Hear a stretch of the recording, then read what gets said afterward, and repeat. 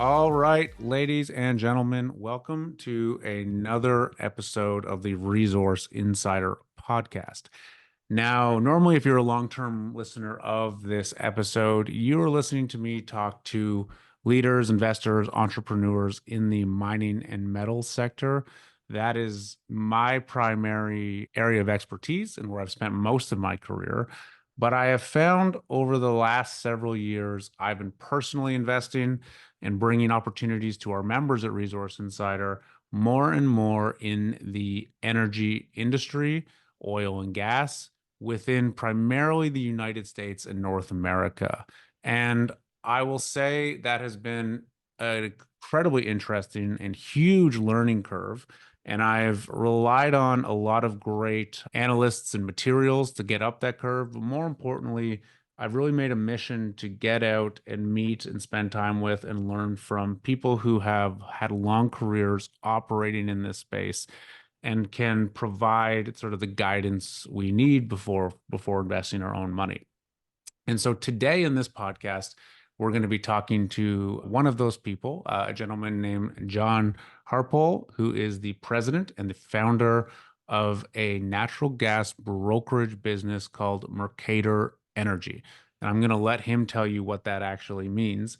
But John has been phenomenal at educating me on nat gas in the United States, how it moves around, how it's priced, how it's purchased, a thousand other things. And so part of this conversation today is to bring that information to you, viewers, but also for me to have another chance to sit down and ask John a lot more questions because I always get a lot out of it. So, John, thank you very much for taking some time out of your day. Glad to be with you, Jamie. Thank you for having me. So I think right now we are catching you in Littleton, Colorado. Is that correct? Where you guys are That, based? yes, that's correct. Native to Denver. Native to Denver. I guess that's becoming rarer and rarer with the influx of Californians and Texans that you guys are getting on a weekly basis now. I don't want to overstate it, but I think there are only about five of us left. So Are they all related to you, would you say? they are, yes. Okay. So, getting starting off, can you explain people what Mercator Energy is? I think this is the question I first had for you when we met, which was at the beginning of this year at NAPE. For those listening, a big nat gas or not gas, a big energy conference in Houston held every year. Per mining, it's very similar to the PDAC. For those familiar with that. I did not know what a nat gas broker is. So maybe if you could give people a sort of a high level overview of what that is, what you do there, and how you got into that, I think that would help set the tone for this conversation. So Jamie, a little background that kind of helps describe what a broker does. But I've been in the natural gas business since 1980. I graduated from the University of Colorado Boulder. But before I graduated, I worked for an oil and gas company that was owned by two Texans, Bunker and Herbert Hunt. Uh, After I graduated, I worked for General Electric, an oil and gas production company that was based in Denver. And I really started there in 1981 as an oil and gas landman, negotiating contracts to go out and, essentially be allowed to drill for oil and gas. In 1986, Jack Welch, the CEO of GE, communicated to our president, Ladd Petroleum, GE's Ladd Petroleum, John Moore, and said, look, I want to buy natural gas from my producer company for my GE facilities. And that possibility had just been opened up because the transportation of natural gas had been deregulated. Okay. So overnight, I was in charge of 65 GE plants in the US, most of those east of the Mississippi. In fact, probably 58 of those east of the Mississippi, and showing those General Electric industrial facilities how to buy natural gas from their sister company in Denver rather than from their utility. Right. Fast So forward, this was internal sales for GE. it was, but we were still really competing against other potential suppliers. But I really jumped into that in 1987. Really, it was deregulated that interstate transportation of natural gas was deregulated in 1985 under a FERC, Federal Energy Regulatory Commission order. And so we could, in fact, then go out and own capacity in a gas pipeline something that only interstate pipelines own capacity in prior to that. So now my company is essentially, there are five of us, and we're essentially, I think the easiest way to describe it is a travel agent for a natural gas molecule. So we Right. make sure that that natural gas molecule is sold for our producer customer at the highest price possible. And we track it to the sale. And then we also help industrial facilities like ammonia plants buy natural gas, and we try to show them the best path on an interstate or intrastate pipeline and the least expensive, most economic, and most reliable path to source natural gas. So there's, to give an idea of scale, we'll talk a lot about scale today. The US produces about 100 billion cubic feet of gas per day, 100 BCF of gas per day. We manage a little over a BCF of gas just amongst the five of us. So you're managing about 1% of the movement of all the US's daily nat Yes. gas production. And you got to recognize a lot of people can claim that because it's retraded as it moves Yeah. downstream from the production wellhead. But yeah, we manage a BCF of gas per day. So let's start with like nat gas for idiots here. Okay. And I might have to include myself in that category. So let's start from the very beginning. So nat gas is produced in a well, whether that's a conventional well or a fracked well, doesn't really matter. Comes out of a well. Can you walk us through kind of what happens next and like what's the chain of things that have to occur before, you're turning on your stove in your kitchen and cooking some eggs with natural gas? So natural gas really never comes out of the ground in the quality that we need to use it at our home. Okay, so you may have wet gas. And when you say wet gas, what do you mean? Well, there may be have so many natural gas liquids embedded within that molecule of gas, let's say, that's moving through a pipeline, that if you put it into a room that was 10 by 10 by 10, a room at 10 by 10 by 10 is about 1,000 cubic feet of natural gas can fit in a Hmm. room 10 by 10 by 10. Well, some gas is produced where it's wet, where there would be you'd be standing in a puddle of 3 inches of natural gas liquids. And so Hmm. essentially what we've got to do in order to get it into interstate pipeline quality spec, you've got to make sure that gas is not wet. The Mm. interstate pipelines don't want wet gas because when it gets cold, it'll freeze. You'll have ice form inside the pipeline and you'll clog up the pipeline. So we've got to Okay. prepare or condition or process that wellhead natural gas in order to get it to the quality spec the interstate pipelines require. Now, let me ask a technical question here. So does the natural gas liquids, so NGLs, I think people refer to them as, do they get separated out and go somewhere else, or do they get processed in a manner which turns them into a gas or I'm some actually combination? I'm actually working on an expert witness case for an attorney that's a friend of mine right now. And let's just say in eastern Utah, the interstate pipeline recognized that a lot of the small producers couldn't afford to strip that liquid out of the gas themselves. So that interstate pipeline wrote a tariff, the rules and regulations, and said, okay, producer, I know you can't afford to do it. You don't have the scale to go out and build $1 billion gas processing plant to draw out this gas. So we'll do it. We'll build Yeah. it. Later on, you had an enterprise product partners, big midstream company come into Meeker, Colorado, and literally build in the 1990s the largest natural gas processing plant in the world that could process up between 1 billion to 2 billion cubic feet of gas.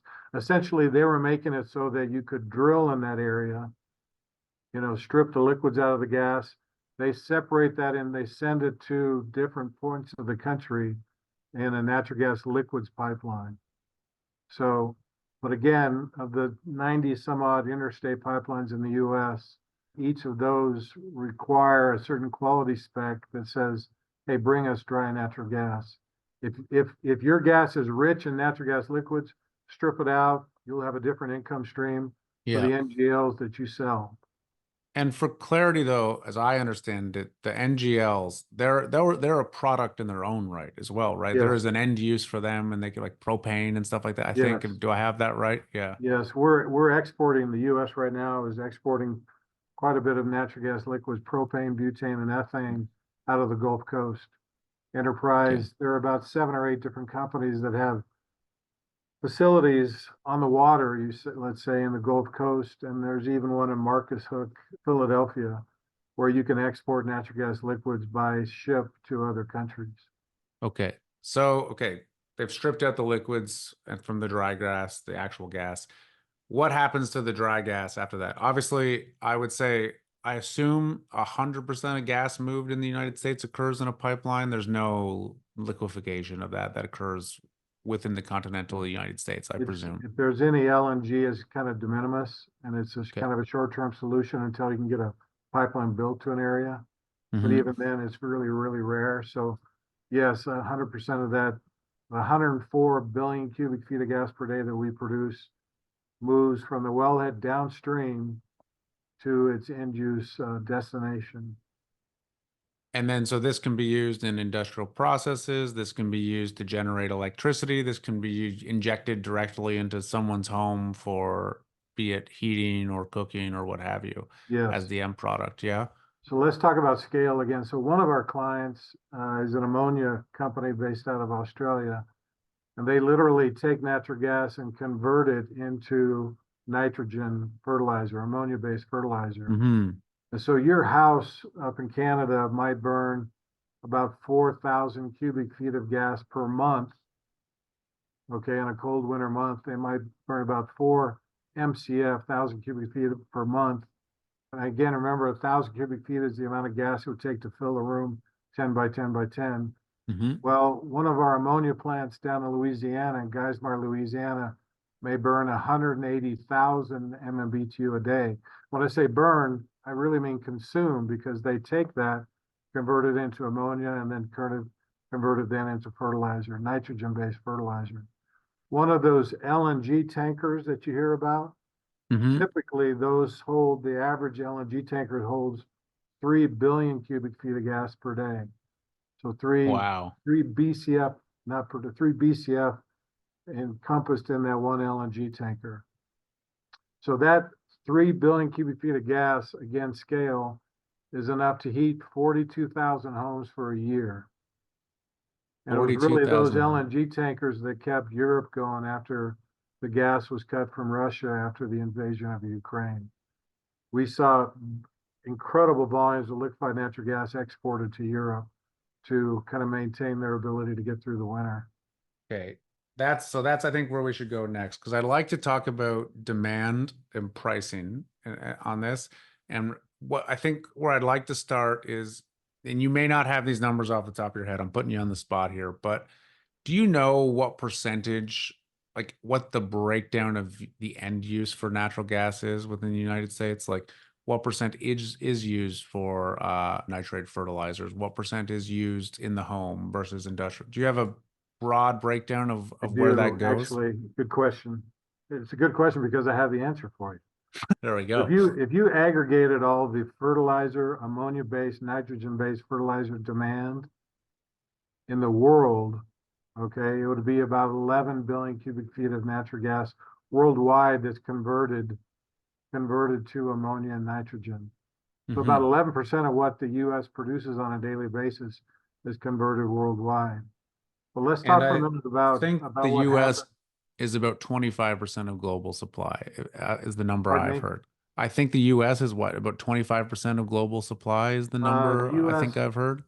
the U.S.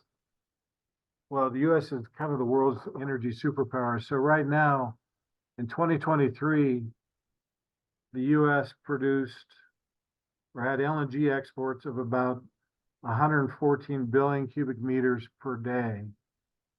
Okay, 100, excuse me, per year. And Qatar, which is second to the U.S., was 108, Australia 107, Russian Federation 42.7.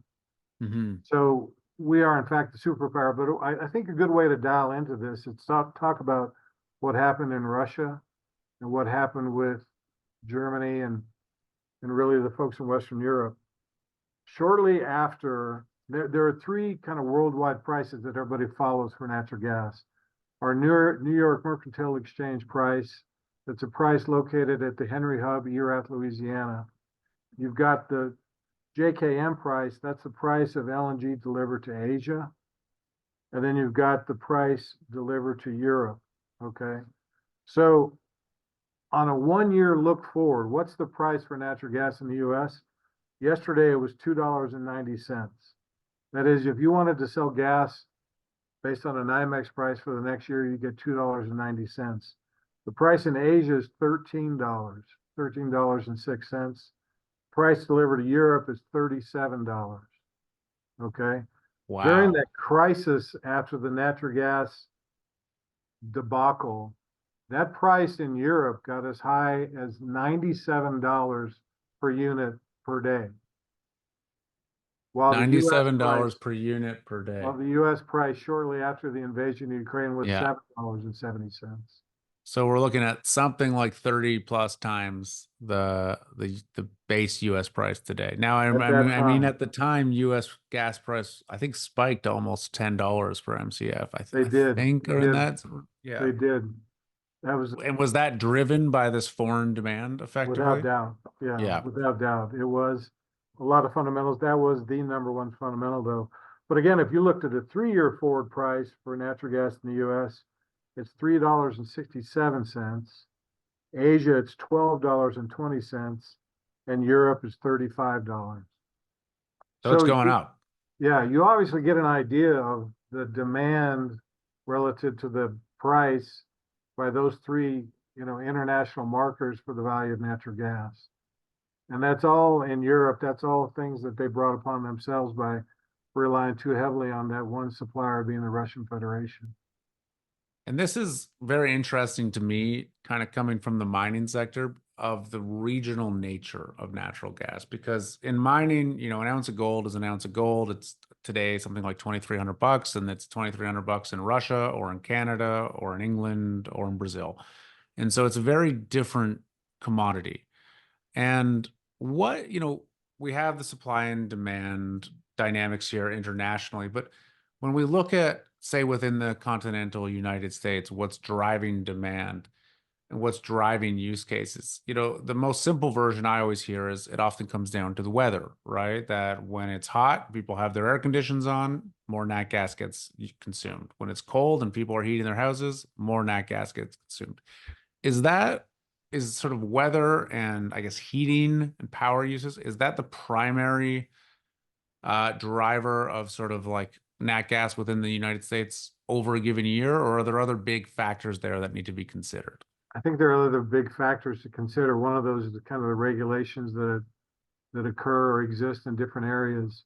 One example of that is that it's very difficult to get interstate pipelines built into the far northeast.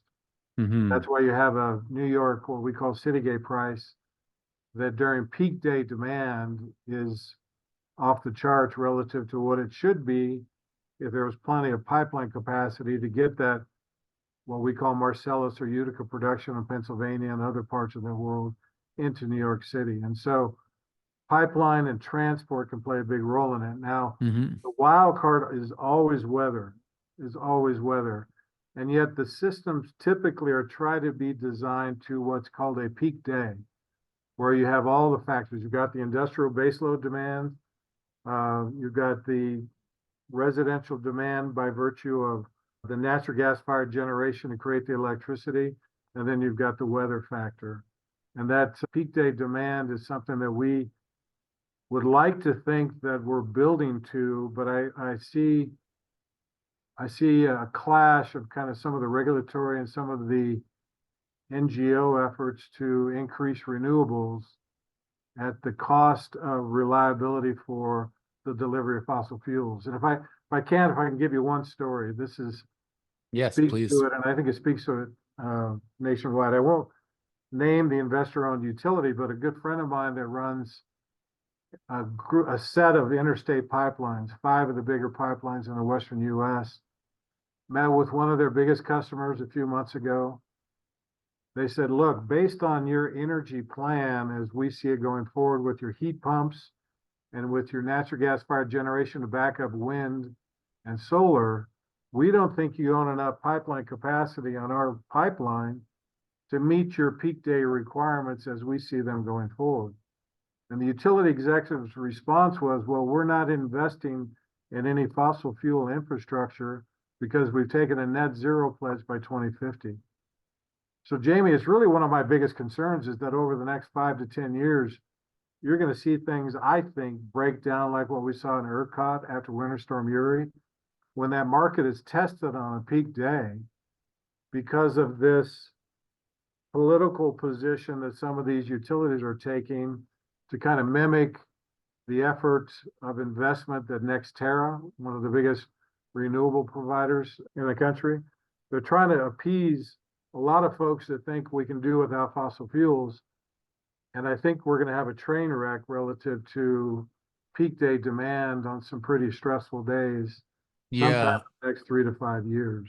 So I think this is really worth digging into.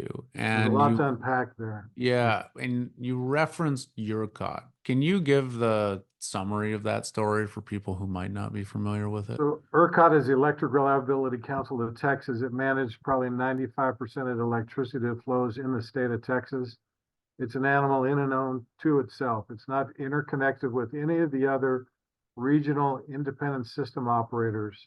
And an independent system operator is essentially the entity that manages electricity in a certain area. So up in the Northeast, you've got the PJM, independent Mhm. system operator, PJM. I'll refer to that a little bit later as an example. So ERCOT has a design that's been changed a little bit since Winter Storm Uri, where essentially they assumed that there would always be electricity available at a given price.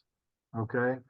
They never anticipated that there would not be electricity available at some sort of given price. Yeah. So when Winter Storm Uri rolled in, it was kind of the perfect storm in a sense that wind couldn't run because of the ice storm that was occurring. So you saw the availability of wind drop off dramatically. Clearly, in a storm like that, you have very little, if any, solar. Hmm. And the coal-fired, the natural gas-fired plants could not rely on the kind of the natural gas supply that they typically had because very few of the production areas of the natural gas element had been winterized. Because those same areas that you want to I see. winterize, you don't want to have enclosed in a big insulated building when the heat comes through in the summer. Yeah. So, Interesting. so the presumption was on the Monday after this 3-day weekend that if they just unilaterally decided to raise the price, ERCOT raised the price for electricity, people would respond with electricity, but there was none to be had. What we really saw is a lot of natural gas fired generation could not get natural gas supplies through the pipelines because electricity was cut off to the compressors and the power stations that were running gas through the pipeline. Okay. Yeah, yeah, yeah. So even So is okay. this Yeah. the opposite of a self-licking ice cream cone? It just the dominoes started to hit and there wasn't a solution. And so And this is the in Texas, right? Like maybe this is the most Texas. energy friendly space This is in like the starving in a world. grocery store. Yeah, Yeah. it's That's a like good starving in a analogy. grocery store. And so again, one of my favorite sayings comes from one of my favorite writers, a guy that goes by the name of Doomberg. He's on Substack. He said that in the 2,000-year competition between political platitudes and physics, physics remains undefeated. So the politicians can promise all sorts of things, but on a peak day, can you deliver? And what I'm worried about is this clash of the progressive concept that we can do without fossil fuels. And that's really assumed by a lot of people that don't understand the scale of what fossil fuels brings to someday we're going to just be in this great land where there are no fossil fuels, and yet we're still going to have electricity flow. One of your favorite writers, Daniel Yergin, once said that this is a $90 trillion world economy that gets 80% of its energy from fossil fuels. $90 trillion world economy, 80% from fossil fuels. This energy transition is not going to happen overnight. It's just not. And if I can, one more thing on scale, $1 trillion, a million seconds is equal to 12 days. A billion seconds is equal to 31 years. and a trillion seconds is equal to 31,000 years. Yeah, it's hard to wrap your mind around. You That's a very can't. good, I mean, people just yeah. really can't do it. But the notion of this energy transition occurring right now is just a fallacy. And I can share more numbers on that also. I mean, what part of what really got me interested in natural gas was, working in the carbon credit sector as well, investing in that sector, and looking at how emissions were organically reduced. And what I saw in the United States, and I'm going to get these numbers wrong, but directionally correct, was that, there'd been something like $5 trillion of subsidies into renewable energies globally. And again, they'd had very little impact on reducing emissions. But what had made a major impact in the United States and reduced emissions by something crazy, like 30% over the last 15 years, was the transition from coal electricity generation to nat gas. And that alone had saved, I don't know how many millions and millions of tons of emission. But to your point, it's been the most impactful thing the United States has done to date that I'm aware of to reduce emissions. And it's completely hated upon by the I would say the climate evangelists. And there's no perhaps there will be an energy transition, but there certainly won't be an energy transition in the next 5 years or the next 10 years or probably the next 25 years, in my view. And looking at nat gas and to another degree nuclear energy as those transition pathways, I think is the only credible way to do that. And yet it seems that there has been a lot of regulation and politics thrown in the way to make that nearly impossible. So you've just met a good friend of mine, Robert Bryce, and Robert speaks on this issue quite a bit. And I'll just throw out three different numbers that he provides. And this is in a presentation that he puts out there called What Energy Transition. Coal use in the last year jumped 1.6% worldwide, and India's use as greater than exceeded the combined use of Europe and North America for the first time ever. Okay, Wow. another one. From 2004 to 2023, the global spending on wind and solar totaled $4.7 trillion. And yet during that same time period, hydrocarbon use increased 3.2 times faster. Okay. In 2023, US gas fired generation grew 5 times faster than wind and solar. So again, it's difficult for people to understand that there really isn't a transition going on, that anything that we're doing is more than offset by the behavior of China and India, and the other countries that are starving. People need to realize that there are 3 billion people in the world that use less electricity on an annual basis than your refrigerator at your home. Yeah. Okay, less. There are 1.2 billion people, 20% of the world's population, that are still without access to electricity. Almost all of those people live in developing countries, and that includes 550 million people in Africa and 400 million people in India. They want a quality of life that we've achieved over the last 100 years that extended our lifespan by 40 years in that time period. Yeah. So I don't think there's really an energy transition going on. And, even if there were, it took oil 60 years to achieve 40% of the energy input for the world. Another number, natural gas took 60 years to achieve 20%. Nuclear took 80 years from discovery to widespread deployment. It's just it's such an easy phrase Yeah. people don't Those appreciate. transition narratives are really interesting because I think I read another one once that it took coal about 100 years to overtake to overtake wood as the Wood, primary yes. source of energy. And you mentioned Doomberg earlier, and I'm glad you did and for those listening at home, Doomberg is a phenomenal writer on energy and commodities on Substack. I subscribe to him, does a great job, and he shaped a lot of my thinking around this. But I think one of his common sentiments is that, every molecule of energy created is going to be used by someone. And, to your point, you know, obviously renewables are up substantially, but last year in 2023, we burned more coal, more gas, and more oil than in any other year in history. And what I want to do today is sort of get a better idea, and for people at home to get a better idea of the opportunity to invest in natural gas. And is this something that we should be thinking about? And part of what I want to think about is what, we've talked a little bit about demand and the need for this, but what pricing is going to look like over time. And as you mentioned, you sort of touched on earlier, it's very regional pricing, and what it's valued at in Henry Hub in Louisiana is different than it's valued at in the Rocky Mountains in Wyoming. And part of where I've been learning about this is two very good commentators online. Again, Doomberg was one of them. The other one is a fund called, I'm reading this because I'm going to get these names wrong, and I'm sorry if you guys hear me, is Goring and Rosenwatz, who are a fund out of New York, very commodity focused. They're very bullish on natural gas, and they talk about a lot of reasons why they think that gas price is going to run and demand is going to run, and it's going to be driven by these export terminals coming online and a variety of other things. We should talk about that.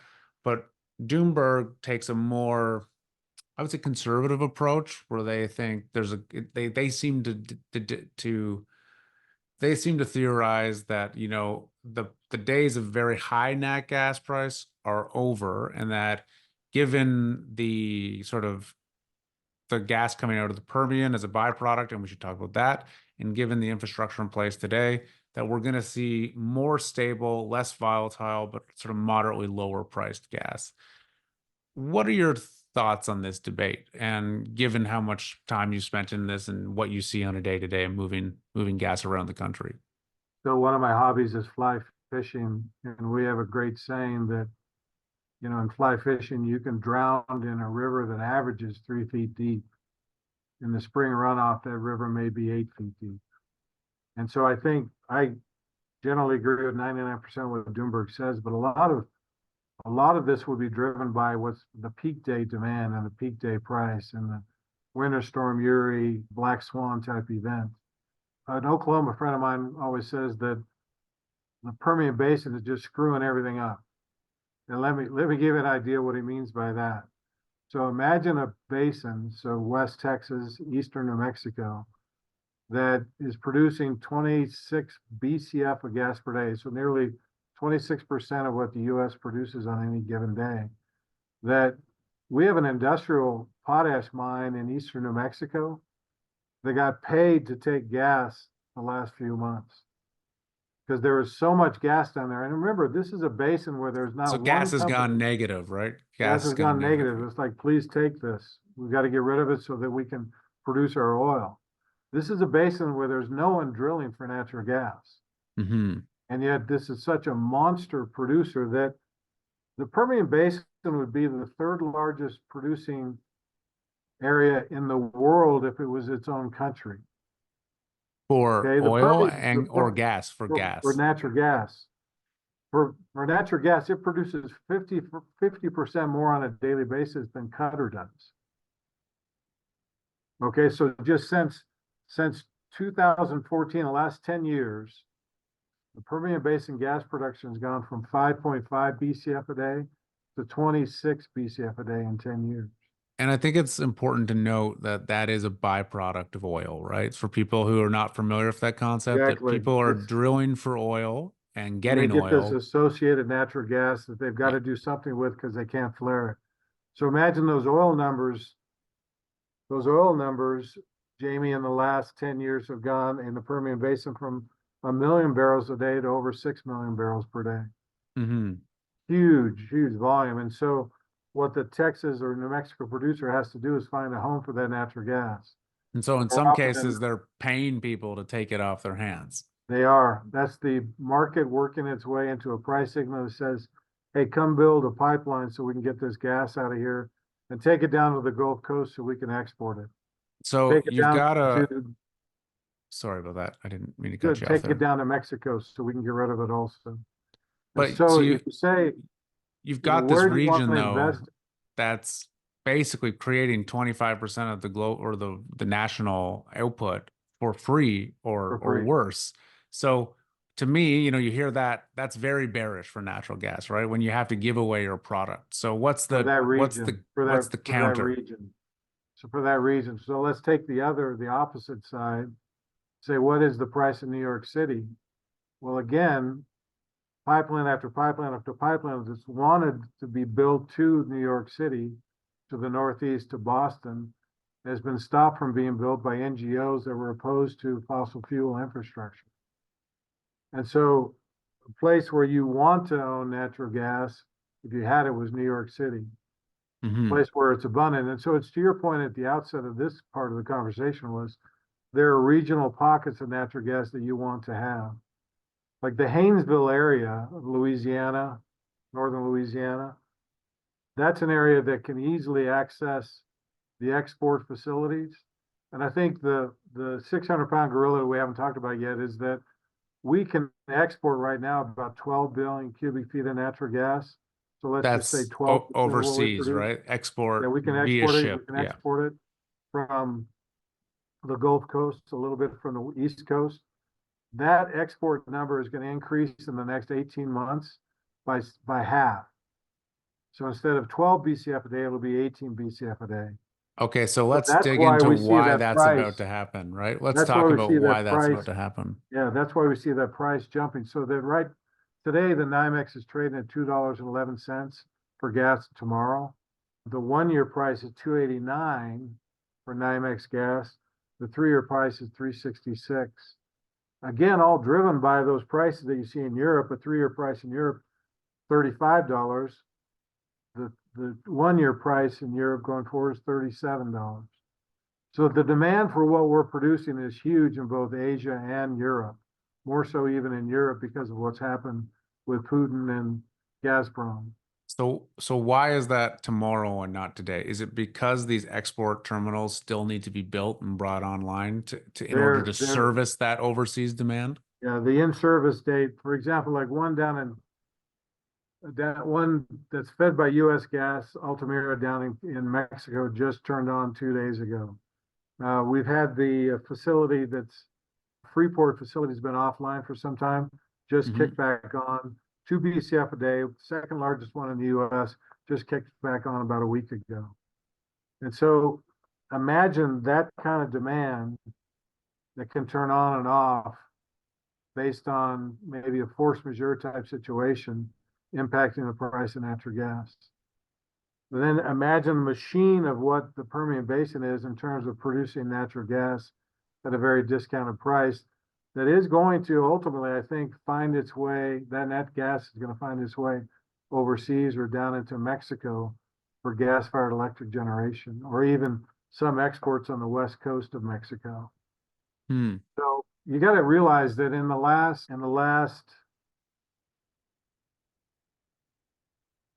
15 years, liquefied natural gas worldwide, the availability of it has gone up fourfold. That's doubled its share of the natural gas trade worldwide. So LNG tankers is really a kind of a relatively new phenomenon if you're looking at this on a 30 to 40-year scale. And we're just seeing that expand, and we're seeing the ability to export these NGLs expand also. But you can't get enough propane and butane delivered to China. And you can't get enough of it even through the Panama Canal, because of the issues that they've been having down there.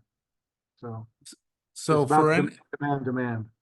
so for people that are listening at home and thinking, okay, natural gas might be something I want to invest in, I guess they need to choose their plays carefully, right? So they either want to get exposure to these export terminals, so gas that's going to be going into the foreign markets, or servicing places within the United States that are not readily serviced by this cheap slash free gas coming out of Texas, coming out of the Permian, right? Or Is that a or safe summary? yeah, or you may want to look at midstream companies that are addressing the overabundance of gas in the Permian.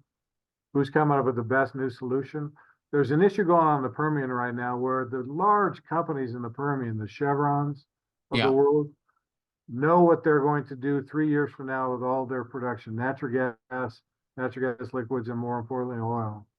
It's the 100,000 a day type producers, I say smaller producers, that have not that have benefited by the expansions that have occurred because of the large companies that are Hmm. going to run into trouble as the pipeline capacity, the availability of NGL capacity, export capacity out of the Permian, and gas production capacity starts to tighten up. And Jamie, anytime we see what I call the capacity utilization of a pipeline exceed 85% of that capacity that's available, the party that owns the capacity extracts a toll from the producer that doesn't by offering a lower and lower price. And so you can really study that midstream solution that's being proposed by a number of different companies for both NGLs and natural gas out of the Permian and watch what happens over time. You're going to have the larger companies being able to get the price that they want, and the smaller ones not having that reality and at least occur for their pocketbook. So Hmm. so there's an investment, even though we may be long. There's an investment. Where is any of this gas going to go to ammonia player? Believe me, there are ammonia companies that were based in Europe that saw that incredible increase in their number one feedstock cost go up such that they want to come to the U.S. for this abundance of natural gas and for the rule of law that exists Yeah. here. So a lot of different plays within the plays, and we could go on and on and on, but those are some of the big things to watch. You've been doing this a long time, and are there any this is what's interesting to me about natural gas is that it's very complicated and it's very volatile. And when you see those those sort of markets, often you see a winner take all game, right? Where people who make the right bet at the right time in the right scale make a tremendous amount of money or create a huge company or have some sort of major success. Are there any of those stories that really stick out to you over your career of people that have done this incredibly well that highlight the opportunity in natural gas that you would say for investors?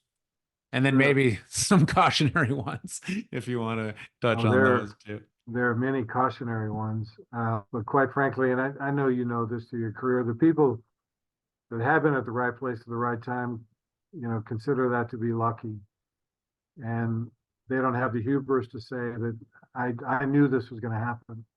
You know what I mean? That's why I stopped really trying to pick stocks a long time ago. And really what I focus on are what are the big events that are going to occur midterm and long term, not short term, not necessarily what's going to happen the next month, but when you look at a 50% expansion of the LNG takeaway capacity, you understand why that 2 and 3 year price for nat gas is 2 and 3 times higher than it is right now. Hmm. So you see these big kind of movements. Probably one of the best pieces of advice I ever got was that if you're a trader and you're right 51% of the time, you're lucky and you should admit your luck. But you can see these big issues kind of moving. There are 5 or 6 companies that really export NGLs out of the US.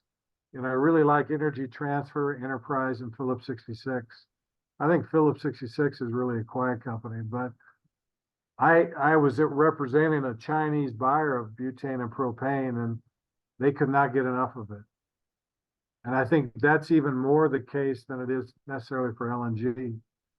And Hmm. believe me, it's a lot easier to site an export facility for propane and butane right now than it is for LNG.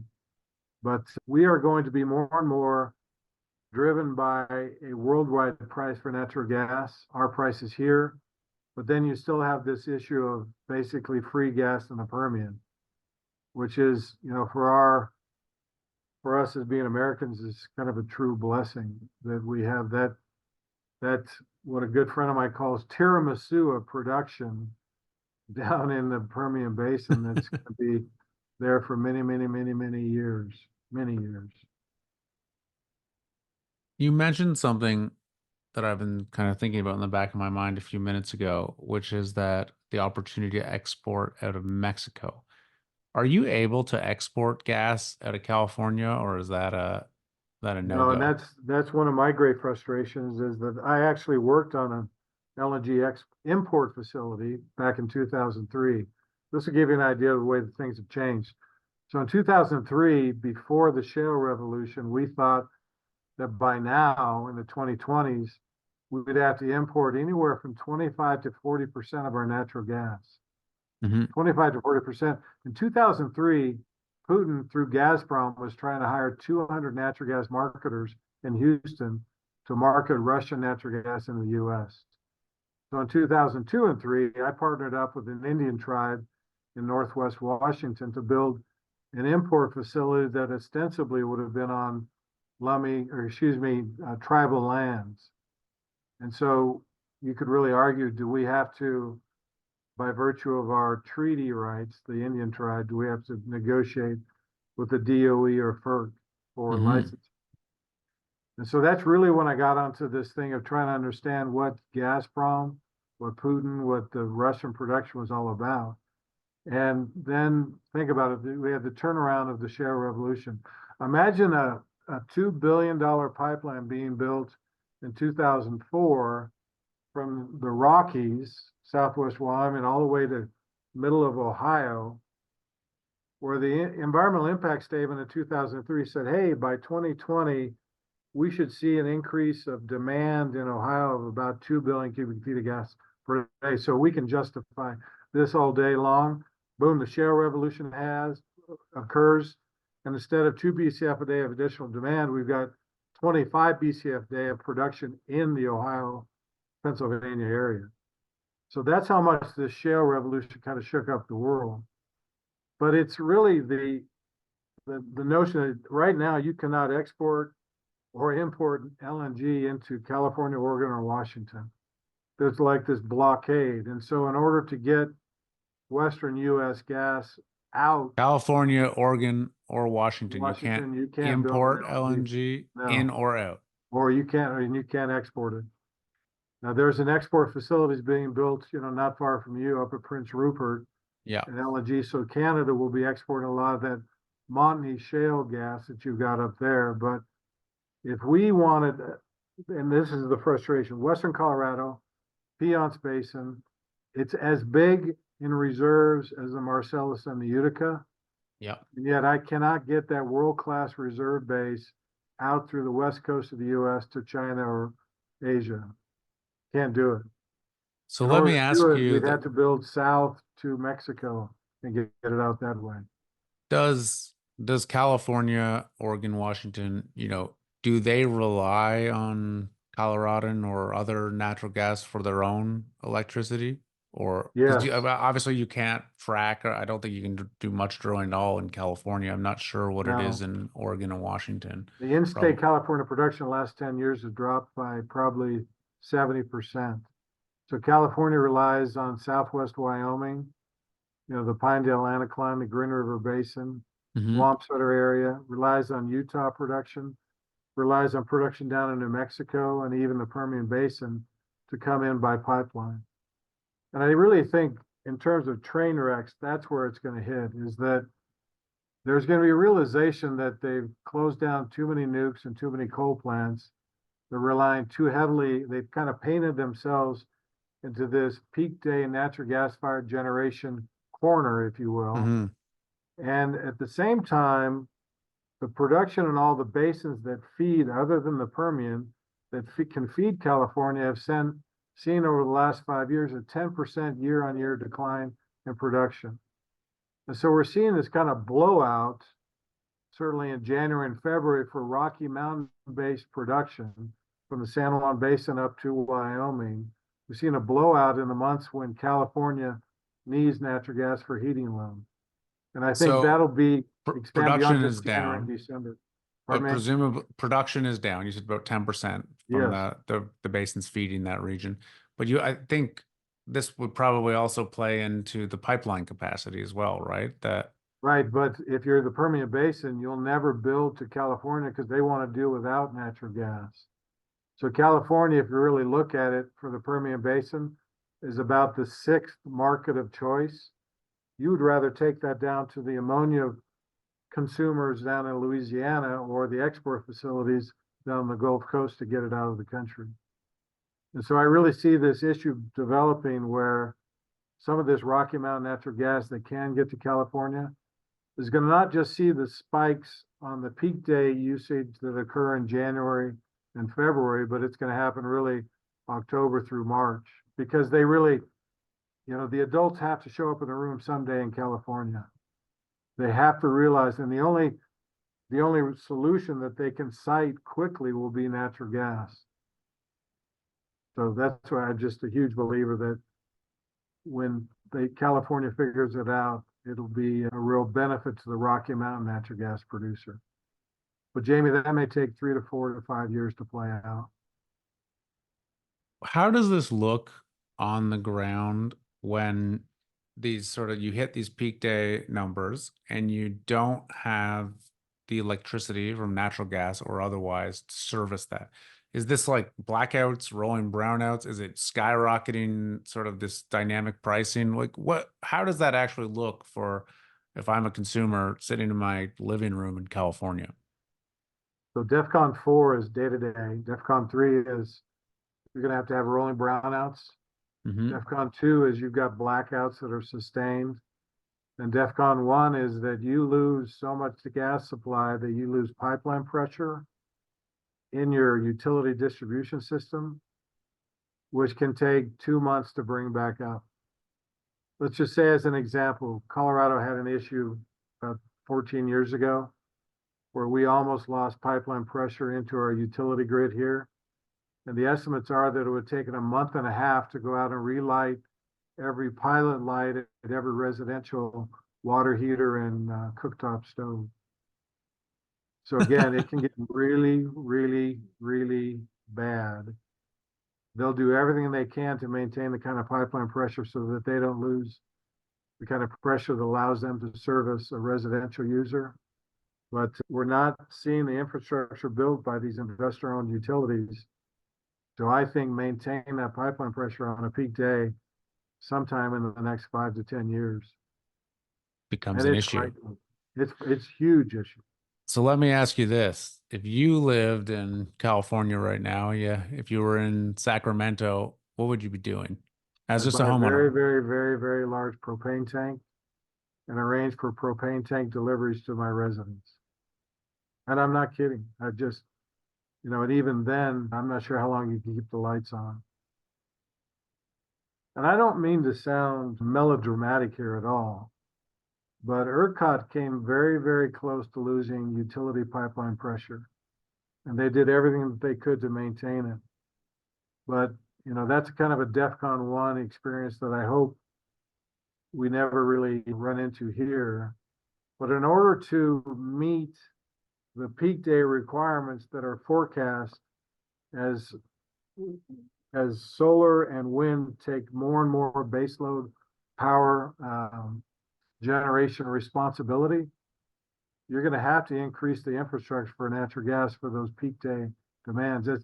So the PJM, I talked about that earlier, the PJM, independent system operator for that part of the New England areas of New York, the Northeast, PJM is forecast by 2040 to need 167% increase in their natural gas deliverability as against measured today. And yet in that same area, Jamie, there are people that are opposed to any kind of natural gas pipelines being built in their backyards. So But if just to break that down, so 160% increase. So that means at peak times, over 160% more gas needs to go through. Presumably, the pipelines that exist are already more or less maxed out, full. yes, So, I mean, I know I'm making this very simplistic, but like without more pipelines, that gas doesn't get through. Is that safe to it say? can't And happen. there's You will no not have the electricity. Yeah, you will not have reliable service in the PJM northeast part of the U.S. if you don't see additional pipelines being built. That's period. wild. That's wild and that's scary, right? Because Well, and that's this isn't happening going in to happen like, California and New right. York, which are the two most populous places in the United States. And in some, there's lots of wealthy people that live there, but a lot of the poorest people live in those places as well, too. My fear is that this is going to be born on the back of middle income and low income households because they can least afford kind of the backup power. Here's a Yeah, little they're silly not little. buying a $10,000 generator for their No, house, this right? is Yeah. sort of scare the hell out of you. A good friend of mine was the moderator of a conference for electric utility executives. Okay, 3 years ago, 4 years ago now. And so there are 200 of these investor-owned utility co-op execs all at this conference, over 200 in the audience. And he said, how many of you have your own independent power backup at your own residence? And he said 95% of the men, the people in the room raised their hand Because they because had they know. concerns. Yeah. Yes, they know. Go take a look at what's the stock that the independent backup generator you can buy for your house. Look at their stock valuation. I can't think of the name of the company I right now. don't know the name. Yeah. But is it going up? Is that the Oh premise yeah, there? it's skyrocketed in value.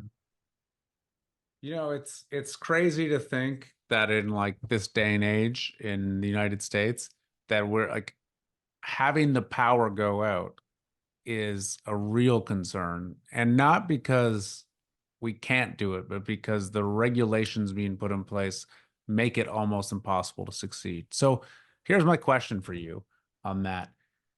Do you think that, you mentioned the comment sort of event at some point physics wins over rhetoric, but do you think that regulators and politicians in, the New Yorks and Californias of the world wake up before it's too late and say, look, we actually got to build the infrastructure to make sure we can service our populace? Or do you think something horrible has to happen before people say, oh shit, this is a real problem. We got to fix it now? I think the Winter Storm Uri and the ERCOT example is probably the best example. Hmm. Is that they have kind of created a new system. It's not an energy only bidding market system down in Texas now, but there's some baseload generation that if you don't show up with it, you get fined, you lose, you get penalized. I think the real problem is that But this is Texas, right? That's the that's most Texas, right? pro energy state. I And think yeah. there's going to have to be some major accidents and major prolonged outages for the regulators to wake up because they're appealing to an audience of people that really don't care to be educated. And when you say, what do you mean by care to be educated? The state historian for Colorado a couple of years ago was a very dear friend of mine. And I said, Patty, if I could just sit down with someone and explain to them how this machine works and how fragile it is, I think I could change their mind. And she said, John, some people don't give you permission to teach them. And so it'll take that kind of an outage or problem to educate them. And I've got to tell you a funny story. This is a true story, and you're not going to believe it. But Okay, I'm board ready. member of the Colorado Oil and Gas Association, I was asked to go out and speak at different functions about hydraulic fracturing 5 years ago, 6 years ago. Got invited up to Northern Colorado, Rotary Club, back room of a Village Inn, lunchtime. I'm the speaker. I'm supposed to talk about hydraulic fracturing. There are Yeah. about 80 people in the room. I opened up with, I said, look, I'm going to tell you today about hydraulic fracturing. If I used any kind of industry jargon, stop me. Raise your hand. I don't want to lose you. So I started in and I said, folks, you got to realize that we're getting so good at drilling now that we can drill down 2 miles, take a right-hand turn and drill 2 miles through a natural gas producing formation or oil producing formation that's no thicker than this room is tall. And we're so accurate with that drill bit because of computer technology, because of breakthroughs, we can hit a target at the end of that 2 miles, at the end of that 4 miles, we can hit a target the size of a refrigerator. Well, Jamie in the back of the room, this hand goes up and it's this elderly woman. And I said, yes, ma'am. She said, you mean to tell me you're burying refrigerators underground? And the whole crowd just kind of looked at him. It was kind of one of those, I can't believe Aunt Betty came today. So the only thing I could think of, I leaned into the microphone. I said, ma'am, that's a metaphor. And she responded with, I don't care what brand of refrigerator it is. Now you think that that's a made up funny story. That is gospel truth. I've got witnesses, but there are people that don't care to understand, don't care to be taught. They have no intellectual curiosity. And it's not until there's some kind of significant upset in their life, like doing without electricity, that the regulators that are supposed to watch out for them will wake up. That's my fear. Yeah, and it's a good indicator of the, I guess, call it general energy competency within the United States and the role that it plays in people's mind, which is And the shockingly lack of limited. intellectual curiosity. And You the know, fact is that the lights have just turned on for so many years that no one has to think about what actually has to go into turning them on and what it might actually be like if they didn't. we've taken it for granted, and it's a sad testimony when you consider that. For me, when people start talking about the climate change issue and we've got to eliminate fossil fuels, my first comeback is, what about fertilizer? And then people say, what do you mean? What about fertilizer? And I said, well, there are only four grains in the world: wheat, rice, corn, and soybeans. Only four. And that those make up 70% of the caloric intake worldwide. And each one of those grains relies heavily on three fertilizers: phosphate, potash, the two fertilizers we mine, Hmm. but then also man-made nitrogen-based fertilizer, ammonia. And did you know, folks, that you think you're going to do without fossil fuels, that if you do without nitrogen-based fertilizers, 5 of the 8 billion people on the planet will starve to death within 5 years. Plant-based diets can only help 3 billion people stay alive. And so then they say, well, I can't believe that. I said, well, take Sri Lanka as an example. President Gotabaya in April of 21 banned synthetic fertilizers. Okay, 85% of synthetic based fertilizers made from natural gas. 15% of it is still made from coal in China because they don't have enough natural gas. So what happened in Sri Lanka? They had a 20% decline in domestic rice production in 6 months, a 50% surge in domestic rice prices. They paid $450 million for rice imports. They lost $425 million in their tea crop, and they incurred a $40 billion debt default because of that position that we cannot use synthetic fertilizer. What do you think the farming wars are in the Netherlands? It's all about their ability to use synthetic fertilizer based on natural gas, based on fossil fuels. So, okay, if you want to cure climate change or the concerns that you have by eliminating fossil fuels, the cost of that will be half the planet's population. Those are just stone cold hard facts. I mean, Norman Borlaug, who is kind of the father of the Green Revolution, he was the 1970 Nobel laureate. He said, there's a basic problem: to feed 8 billion people without fertilizer, you can't do it. Without synthetic ammonia-based, natural gas feedstock-based fertilizer, you can't do it. You just never hear that discussion. Do But those you are think go ahead. that do you think that the policymakers driving these positions, do you think they're just, I guess I'm kind of asking you to answer a somewhat philosophical question, but do you think they're just naive to the role of this? Or do you Well, think for there's me, something kind of more nefarious there in that people are, you know, I don't really buy into a lot of the conspiracy theory side of things, but I do think people are driven by economic incentives. And when there's a lot of people incentivized to make money off the Green Revolution, they're going to do it, and they're going to lobby their congressmen and their senators to support that. And, it just becomes a business. And this gets pushed off to the side. I'm I kind of think it's answering my a own question, but what do you no, think is I going think on it's a there? mix. So let's talk not about a political leader, but a faith leader. Do you think I'm Catholic? Do you think my Pope is aware of what I just ran through on food? I would say it certainly does not align with his narrative. His narrative is we've got to do away with fossil fuels. But there are cardinals and advisors to him that are not telling him about this. And I've talked to a bishop about it. I said, how do I get through to make him aware of this? I said, there's no way, based on what he stated publicly, that he can be aware of this. There are other politicians that see this as a way to elevate themselves because there are so many people that are just in favor of eliminating fossil fuels, eliminating fracking, when they have no concept of scale, they have no concept of the economic, societal impact that that sort of position is going to take. You know, it's to me, that's my worry about the future. I've got 3 kids all in their 20s, and Jamie, they can give this speech, and they're constantly getting in arguments with their more progressive friends at that age, saying, "You have no idea what you're talking about. Yeah. Have some intellectual curiosity." So that's why I've told you, when you said, "Would you like to be on a podcast?"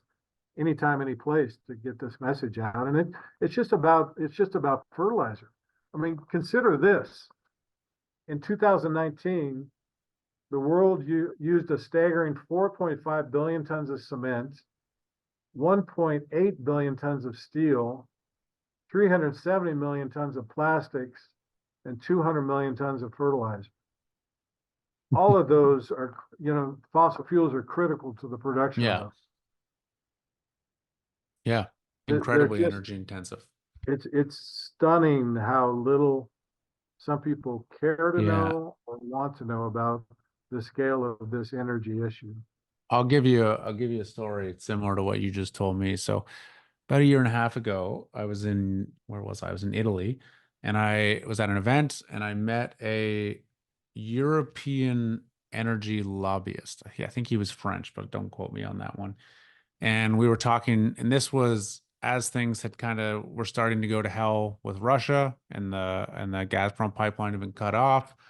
And he said to me, he was like, "Oh, this is disaster. It all comes down to our reliance on fossil fuels. The sooner we get on to totally renewable energy, a problem like this will never occur."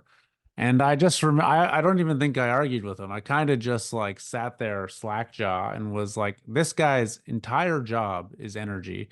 And meanwhile, at this point, Germany shut down their nuclear power plants. They've left themselves totally exposed to Russia. They're firing up coal-fired power plants in a way they haven't in decades. And this because Lignite coal yeah, plants. yeah. Yeah. Because their renewable infrastructure is failing to meet demand. And it's like, and this guy's only answer is, well, we need more wind farms. And I was just like, how the hell does someone whose job is in this industry not see the risks that they built into their system?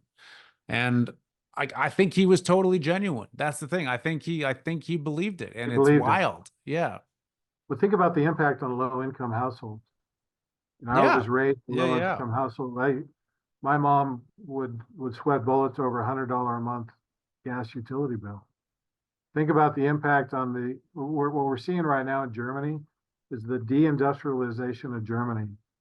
Had that gas outage been prolonged, had LNG not been available, had we not had the shale revolution here, the amount of fertilizer that would have been available for sub-Saharan Africa would have been a third of what it is now. Okay, so imagine this also. If you Peter Zeihan, if you look at the demographics of births, 52% of the births by 2050 will be occurring in sub-Saharan Africa. Guess where the most difficult place to get fertilizer to on the planet is right now? Sub-Saharan This is a Africa. train wreck of epic proportions that's coming our way because of this naivete or just this platitude that, hey, we can do without it. Yeah. People don't get how critical it is. And I mean, it wasn't that long ago that there were famines in Africa, right? All throughout Africa. When I was a kid in the 90s, I remember, you see the commercials on TV raising money for it. And there were the Live Aid concerts and whatnot raising money for it. And it wasn't, it's less than a generation ago that was a global issue. Well, I think in the future, we may see some of these famines that I think will occur blamed on climate change. Yeah. The So, people at risk are the people at risk here are the people the 1.2 billion people, 20% of the world's population don't have electricity right now. That some French regulator is making decisions that will impact whole regions of Africa in terms of what it might be able to, how they might be able to feed their children. And so I get very upset, very emotional, very concerned about it to the point where I can't talk about it enough to people. Yeah. My poor wife, I think, can give this talk right now. So Well, I appreciate you coming on today and running us through this and giving a bit of a course on this. You know, you and I have been chatting a lot over the last couple of months, and you've been helping advise me and my team on this sector. Let me ask you a question that I try to ask people. So you can answer this whatever way you want, but if you're just like most of our listeners, middle class person somewhere in middle America or Canada or Europe, and you've got $100,000 and you want to address this problem for you personally. Now, thinking about what's going on in gas, what does that look like for you? Do you buy a generator? Do you invest in nat gas stocks? Do you, I don't know, buy futures? How would you do that if I gave you that today and said, John, you got to spend that money in the next 12 hours? What do you do? I honestly, I think I'd look at one of the propane butane exporters. Mm-hmm. I look at their whole portfolio and try to determine how much of that, these are big companies, obviously, Energy Transfer, Enterprise, Phillips 66. They're only look at butane, do your own research, folks, but look at propane and butane exports on the water. There are only about 7 companies that do it. The amount of demand in Asia for those two products, the ability to get it there, there's a neat little company out of British Columbia and even I think Bellingham, Washington, that's exporting propane and butane that doesn't have to worry about the Panama Canal capabilities. Mm-hmm. I think it's Alta Gas, something like that. Yeah. And I just, check them out. But I think about the incredible demand for that product, propane and butane, where it rests and then where it is, where it's located. And think Permian Basin. Think of some of the wetter shale gas plays and kind of noodle through it. Now, for me, that would be a 5-year investment, not a flip it, in 6 months kind of a deal. Yeah. You want to be risky, watch the winter contracts for NYMEX over the next 2 winters. Take a look at the JKM price or the price delivered to Europe comparatively. Look at the LNG stocks, look at the LNG shipping stocks, look at the ship companies that own the propane and butane carriers. That's kind of what I would dig into right now. Look at the midstream companies in the Permian that are going to have to solve the liquids, the NGL, and the natural gas solution for those smaller producers. There's a lot to research, a lot.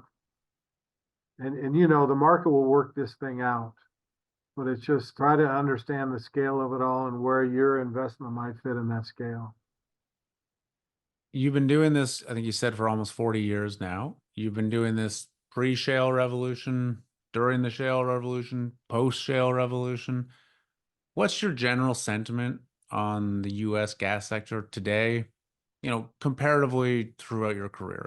Is it high, low, medium? How do you feel about it?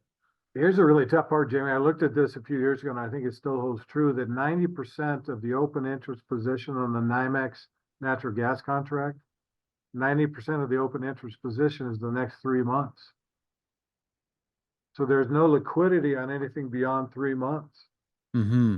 And that's why I think we're completely understating the value of that natural gas relative to the demand that we're going to see when these new LNG facilities come on board.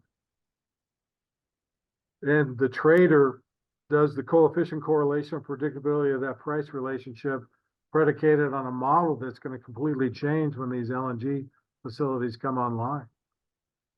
But he just can't see the counterparty interest in it because, again, you have this short-term, not midterm, not long-term look on that gas. As a friend of mine said, you want to buy the horse at the gate, not the finish line. And I think any investment in natural gas is going to be a good investment, but there are better investments within the trade itself also. But think about that. If your NYMEX price, if the open interest position on current trades is only the next 90 days, it doesn't reflect what's about to happen with all the huge expansion of LNG export facilities. All waters will rise, I think. We might even see a positive price in the Permian too. So we'll see. All right. John, we've come up on just over an hour now. Anything I didn't ask that I should have asked? Anything you want to say to people before we say goodbye? No, just tell your friends to have some intellectual curiosity. Well, I can tell you the people listening to this definitely do. So I think Yeah. this will be very well received. And I appreciate you taking the time today. But Jamie, thank you. Take care. You too.